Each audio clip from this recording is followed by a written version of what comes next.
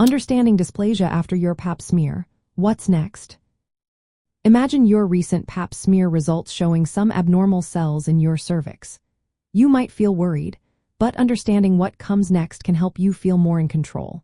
When a pap smear detects dysplasia, it means there are changes in the cervical cells that could potentially develop into cancer if left unchecked. Dysplasia is classified by severity, from mild or low grade to severe or high grade, which guides how doctors recommend follow-up. The first step after an abnormal pap smear is usually additional testing. Your healthcare provider might suggest a repeat pap smear in 6 to 12 months, especially if the dysplasia is mild. This allows them to see if the abnormal cells go away on their own, which they often do, especially in younger women.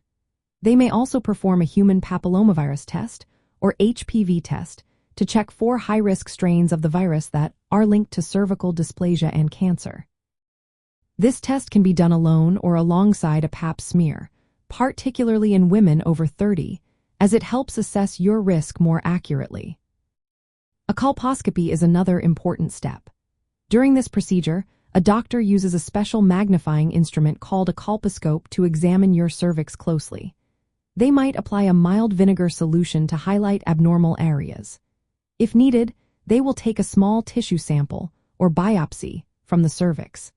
This biopsy provides detailed information about the severity of the dysplasia or if there are any early signs of cancer. Once the biopsy results are in, your doctor will explain what they mean. If the biopsy shows low-grade dysplasia, also called SIN1, often no immediate treatment is necessary because these changes tend to resolve naturally over time.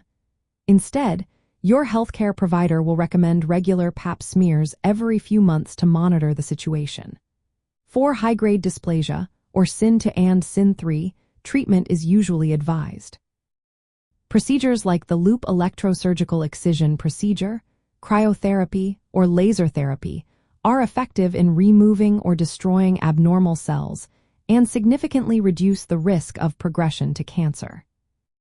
Deciding on treatment depends on many factors, including how severe the dysplasia is, your age, whether you're pregnant, and your overall health. After treatment, regular follow-up is essential. Your doctor will likely schedule pap smears every 3 to 6 months for 1 to 2 years to check for any recurrence or new abnormalities. If everything remains stable, screening intervals may return to routine schedules. Keep in mind that some procedures could affect future pregnancies, so discussing your reproductive plans with your healthcare provider is important. Most importantly, remember that an abnormal pap smear does not mean you have cancer. It is a warning sign that needs careful follow-up to prevent progression. Following medical guidelines and working closely with your healthcare team ensures you get personalized care suited to your needs. Regular screening and timely follow-up are your best tools to catch any issues early and maintain your reproductive health. Always consult your healthcare provider for advice tailored specifically to your situation, and stay informed about the latest recommendations from trusted health authorities.